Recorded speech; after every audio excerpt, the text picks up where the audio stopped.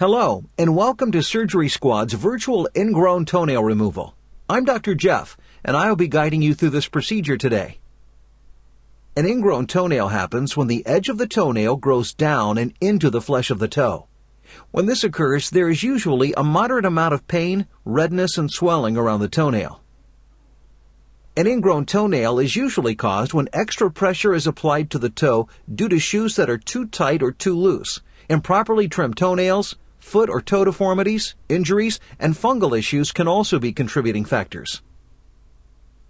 There are some ways to treat an ingrown toenail at home to relieve some of the pain, but remember that you should never attempt to remove an ingrown toenail yourself. If you're a diabetic and have an ingrown toenail, it is recommended that you go to the doctor immediately. Now that you understand the causes of an ingrown toenail, let's put on our gloves and remove one.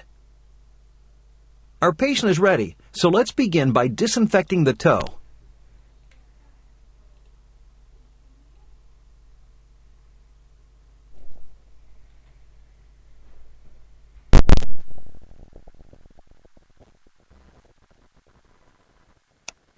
Now, we need to numb the toe with a local anesthetic.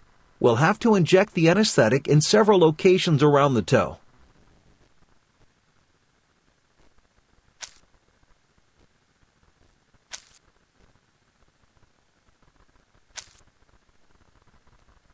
Great! Now we'll wait a few minutes for the toe to get numb.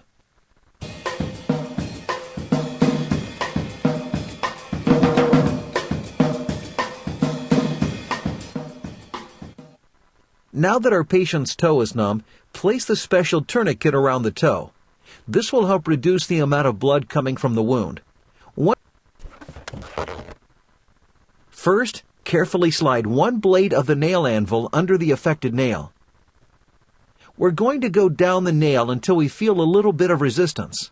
Our patient's going to feel some pressure as we cut away.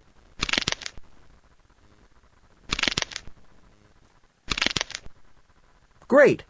Take the forceps and carefully remove the ingrown nail.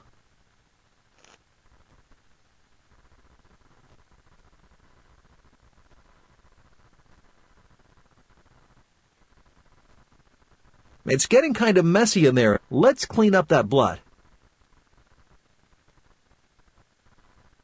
See that small bit of pale yellow substance right there? It looks like the patient has a bit of infection in the toe. Firmly squeeze the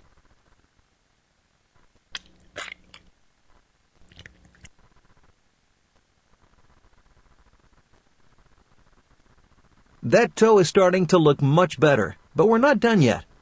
Next, we're going to apply some phenyl acid to the wound. This will help ensure that the problem of When you're done inserting the acid, I'll remove the tourniquet and we'll finish up.